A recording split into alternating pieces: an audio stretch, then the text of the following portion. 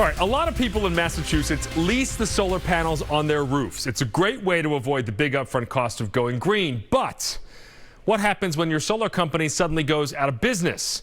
That happened with a company called Sunnova last year, and it left some customers in the dark, so they asked us to help.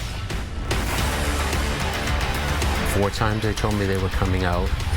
They canceled without notifying me. Emilio Spagnuolo is sick and tired of simply trying to get what he's paying for. Power produced from the solar panels on his roof. I feel like I have been taken.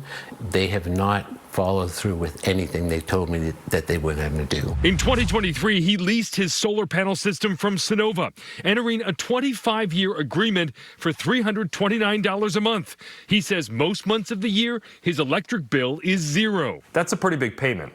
Yes. But you felt as though it was worth it because you had no electric bill? Correct. But that changed last June when he had the system disconnected to put an addition on his home and upgrade his electric service.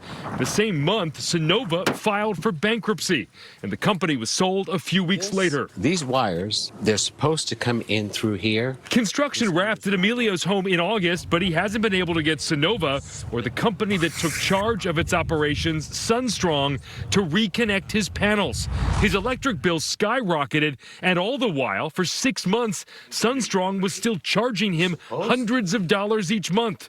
Eventually, he changed his bank account and told them to stop payment. I was paying for something I was not receiving. Each call that I placed to SunStrong was anywhere from 4 to 5.5 hours. Allie Cash says she spent far too much time trying to get her solar panels back online after they stopped working last summer. Calling SunStrong tested her sunny disposition. Anytime you call, you don't talk to a service department. You talk to the department who transfers you to the department that will transfer you to the service department. So I feel like somebody needs to start paying me for my time.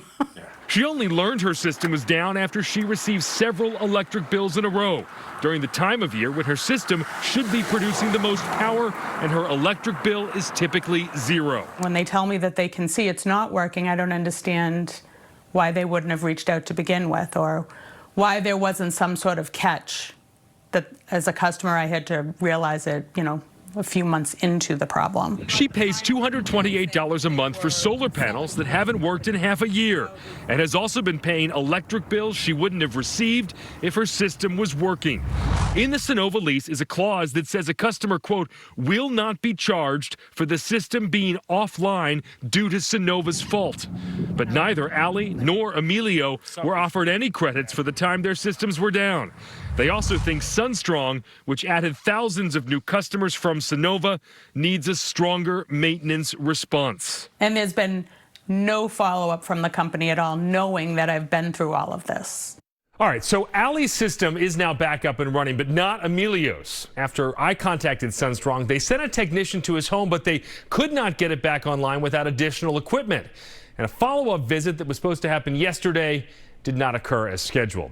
SunStrong told us it will consider crediting these customers if they ask for it for the time their systems were down. If you've got a problem, file a complaint with the Massachusetts Attorney General's office. It might be time for the state to take action on these solar providers who are not responsive. And if you've got a consumer story for me, send me an email. The address is ben@wcvb.com.